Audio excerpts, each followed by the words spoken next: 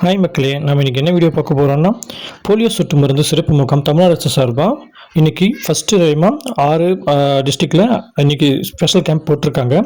So பார்த்திங்கன்னா செங்கல்பட்டு, மயிலாடுதுறை, தஞ்சாவூர், சிவகங்கை, விருதுநகர், நெல்லை இந்த 6 டிஸ்ட்ரிக்டில் இன்றைக்கி ஃபஸ்ட்டு டைமாக இன்றைக்கி முகாம் போட்டிருக்காங்க.